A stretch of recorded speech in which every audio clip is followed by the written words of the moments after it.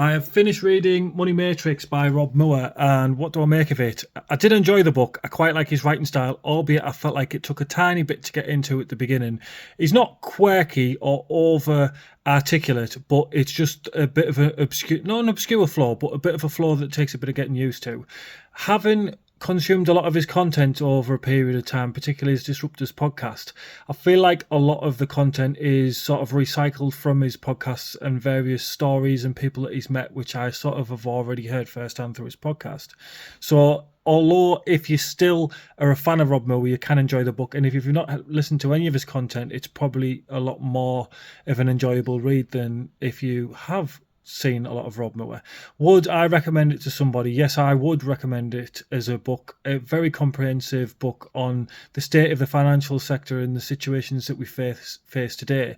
It's obviously very current, and it talks about how we dealt with the pandemic and going through being a business, dealing with the lockdowns and various other scenarios that we've gone through in the last sort of 3 years, i.e. the squeeze of living and interest rates hikes. So as a book, 9 out of 10, probably about an 8 out of 10, I think. The comprehensive and thoroughness of it is highly commendable.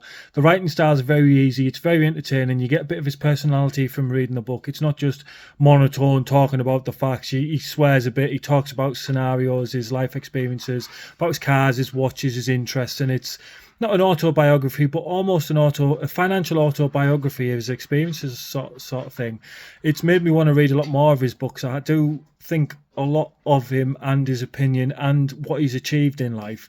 So it's definitely, maybe it's not the first book to read in his catalogue, but it's the first book I've read in his catalogue, and it's made me want to read more of his stuff. So I definitely recommend it. From this book, I'm going on to read... here it is.